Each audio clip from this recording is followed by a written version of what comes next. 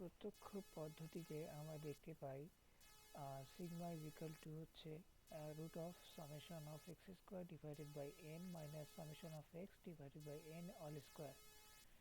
এখন আমাদের এখানে কি কি তথ্য রয়েছে সে তথ্য অনুযায়ী আমরা একটা ছক তৈরি করব।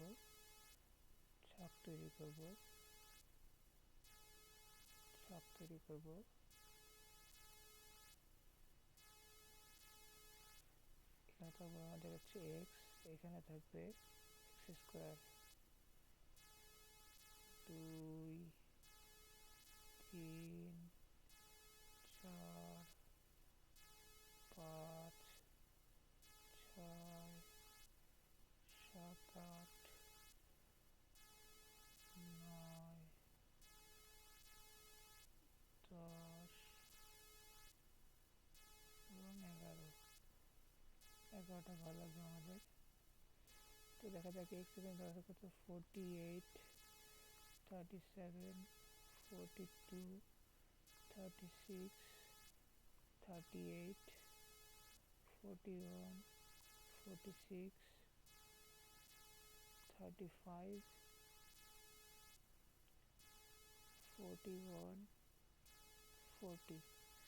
এখন তাহলে আমাদের এক্স স্কোয়ার বের করতে হবে। এক্স স্কোয়ার কত হবে আমরা ক্যালকুলেটর ইউজ করে বের করতে পারি যে 48কে এক্স স্কোয়ার করলে বের হবে হচ্ছে 2304, 37কে এক্স স্কোয়ার করলে বের হবে 1369, 42কে স্কোয়ার করলে হবে হচ্ছে 1764,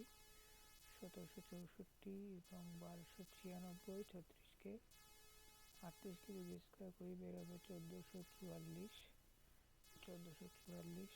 41কে স্কোয়ার করলে বের হবে 1681, 46কে স্কোয়ার করলে বের হবে 2116,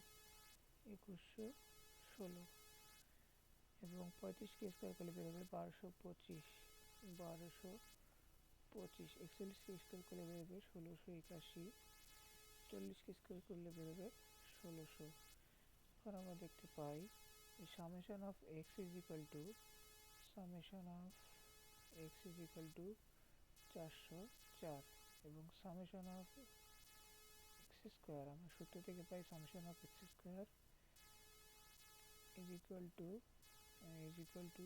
আমরা বাইরে লিখি, কারণ এখানে জায়গা হবে না, 16480। আমরা সূত্রটা কী পাই আমরা সেটাকে লিখি। সূত্রটাতে সিগমা ইজ ইকুয়াল টু হচ্ছে root of summation of x square divided by N minus summation of x divided by N all square.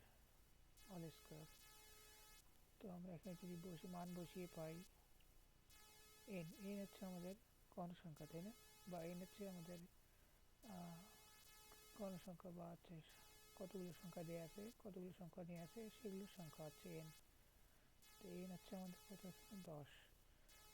তাহলে হচ্ছে আমরা সামেশন অফ এক্স স্কোয়ার কত পেয়েছিলাম, 16480 ভাগ হচ্ছে 10 মাইনাস 404 ডিভাইডেড বাই 10 স্কোয়ার।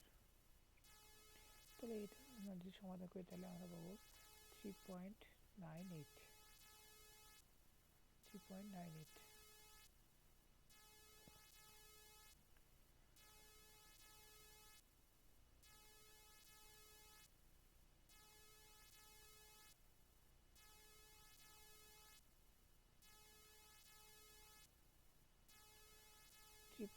এটা হবে আমাদের অ্যান্সার। এটা হচ্ছে আমাদের অ্যান্সার, এটা প্রত্যক্ষ পদ্ধতিতে আমাদের অ্যান্সার। এখন এরপরে আমরা দেখব যে কীভাবে সরাসরি পদ্ধতিতে বা সংক্ষিপ্ত পদ্ধতিতে এই কোশ্চেনটা সলভ করা যায়। ধন্যবাদ।